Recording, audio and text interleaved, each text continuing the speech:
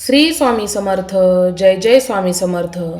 मकर संक्रांत म्हटलं की वाण देण्याची पद्धत आहे. तर आपण जाणून घेऊया मकर संक्रांतीला नवविवाहित महिलांनी कोणते वाण दिले पाहिजेत. मकर संक्रांती नवविवाहित महिलांनी पहिल्या 5 वर्षात वेगवेगळ्या सौभाग्याच्या वस्तू देण्याची परंपरा आहे. ही केवळ पद्धत नाही तर त्यामागे आध्यात्मिक आणि मानसिक अर्थ सुद्धा दडलेले असतात. चला तर मग यात काय अर्थ समजून घेऊया. मकर संक्रांतीला नवविवाहित महिलांनी पहिल्या वर्षी हळद कुंकू लुटण्याची परंपरा असते. यामागे गुप्त आध्यात्मिक संदेश असा आहे की सौभाग्य लपवून ठेवलं तर थांबतं, वाटलं तर ते वाढतं. म्हणूनच पहिल्या वर्षी हळद कुंकू लुटून स्त्री स्वतःचं सौभाग्य विश्वाला म्हणजेच महिलांना अर्पण करते, म्हणजेच आपण लुटायला देतो. हळद म्हणजे शुद्धता, आरोग्य आणि मंगळत्व, तर कुंकू म्हणजे सौभाग्याचं प्रतीक. नव्या संसारात सुख, शांतता आणि अखंड सौभाग्य टिकून राहावं म्हणून पहिल्याच वर्षी हळद कुंकू हे दिलं जातं. सासर माहेर दोन्हीकडे सन्मान वाढतो असंही शास्त्रात मानलं जातं. एवढंच नाही तर हळद कुंकू म्हणजे काय, तर याचा आध्यात्मिक अर्थ सुद्धा समजून घेतला तर असं म्हणतात की हळद म्हणजे शुद्धता, आरोग्य आणि सात्विकता तसेच मंगळत्व. कुंकू म्हणजे शक्ती, सौभाग्य आणि देवीचा आशीर्वाद. शास्त्रामध्ये असं मानलं जातं जेवढं सौभाग्य आनंदाने दिलं जातं तेवढंच ते अनेक पटीने परत मिळतं. पहिलं वर्ष आता नवविवाहित महिलांसाठी खास का असतं तर लग्नानंतर पहिलं वर्ष स्त्रीसाठी ऊर्जेची देवाणघेवाण म्हटलं जातं. जसं की माहेरची लक्ष्मी होऊन ती सासरची गृहलक्ष्मी बनते. या काळात तिच्या सौभाग्य शक्ती प्रखर असते. म्हणूनच या शक्तीचा सात्विक दान म्हणजे हळद कुंकू लुटणं. म्हणून नवविवाहित महिलांनी पहिल्या वर्षी हळद कुंकू वाणामध्ये द्यायचं असतं. नवविवाहित महिलांनी दुसऱ्या वर्षामध्ये काय वाणामध्ये द्यावं तर हिरव्या बांगड्या, हिरव्या रंगाच्या बांगड्या.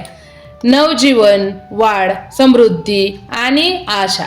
बांगड्या म्हणजे स्त्रीच्या हातातील सौभाग्याची नाडी. पतीच्या दीर्घायुष्यासाठी आणि संसारात भरभराटीसाठी आपण या हिरव्या बांगड्या वाणामध्ये दिल्या पाहिजेत. नवविवाहित महिलांनी तिसऱ्या वर्षी वाणामध्ये काय द्यावं तर त्या आहेत म्हणजे कंगवा. कंगवा हा गुंता सोडवण्यासाठी वापरला जातो. म्हणजेच आपल्या नवीन आयुष्यामध्ये किंवा नवीन संसारामध्ये गुंता होऊ नये म्हणून कंगवा वाणामध्ये दिला जातो. कंगवा म्हणजे गुंता सोडवणे, स्वतःची काळजी घेणे, म्हणजेच कंगव्याला महत्त्व दिलं आहे. म्हणून वाणामध्ये तुम्ही कंगवा द्यावा. चौथ्या वर्षी वाणामध्ये आरसा देण्याची पद्धत आहे. आरसा का दिला जातो तर काळजी घेणे महत्वाचं असतं. मी आहे, मी महत्वाचे आहे हा संदेश आरशातून दिला जातो. अहंकार नाही तर स्वाभिमान वाढावा हाच हेतू असतो. आता 5व्या वर्षी काय दिलं जातं तर ते असतं गूळ, खोबरं आणि सुगड. पती पत्नीच्या नात्यात गोडवा राहावा, घरात कधीही तुटवडा भासू नये, आर्थिक आणि भावनिक स्थैर्य लाभावं म्हणूनच गूळ खोबरं दिलं जातं. 5 वर्षानंतर नवविवाहित स्त्री सौभाग्यवती म्हणून स्थिर होते असं मानलं जातं. या काळात दिलेल्या वस्तूमुळे सुखी संसार, उत्तम आरोग्य आणि संतुलन मिळतं असा शास्त्रामधून आतापर्यंतचा विश्वास आहे.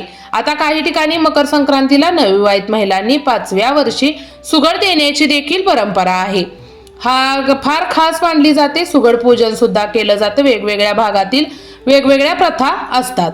ही रीत म्हणजे सौभाग्याची पूर्णता आणि स्थैर्याचं प्रतीक असतं. आता सुगड म्हणजे नेमकं काय तर गव्हाची कणस, ऊस, ज्वारी, बाजरी, हरभरा, तीळ, खोबरं, गूळ अशा धान्यांनी आणि नैसर्गिक वस्तूंनी भरलेला सौभाग्याचा किंवा काळ्या किंवा तांबड्या मातीचा कलश म्हणजे सुगड असतो. जीवनात सौभाग्याची परीक्षा आणि स्थिरतेचा काळ मानला जातो. 5व्या वर्षी सुगड देणं म्हणजे संसार आता स्थिर झाला आहे अशी कृतज्ञतेची भावना असते. तर कसा वाटला तुम्हाला हा व्हिडिओ नक्की कमेंट करून सांगा. लवकरच भेटू अशाच एखाद्या व्हिडिओमध्ये. तोवर स्वतःची काळजी घ्या आणि आपल्या घरातल्यांचीही काळजी घ्या. श्री गणेशाय नमः. श्री स्वामी समर्थ. हर हर महादेव. भेटू लवकरच. धन्यवाद, धन्यवाद, धन्यवाद.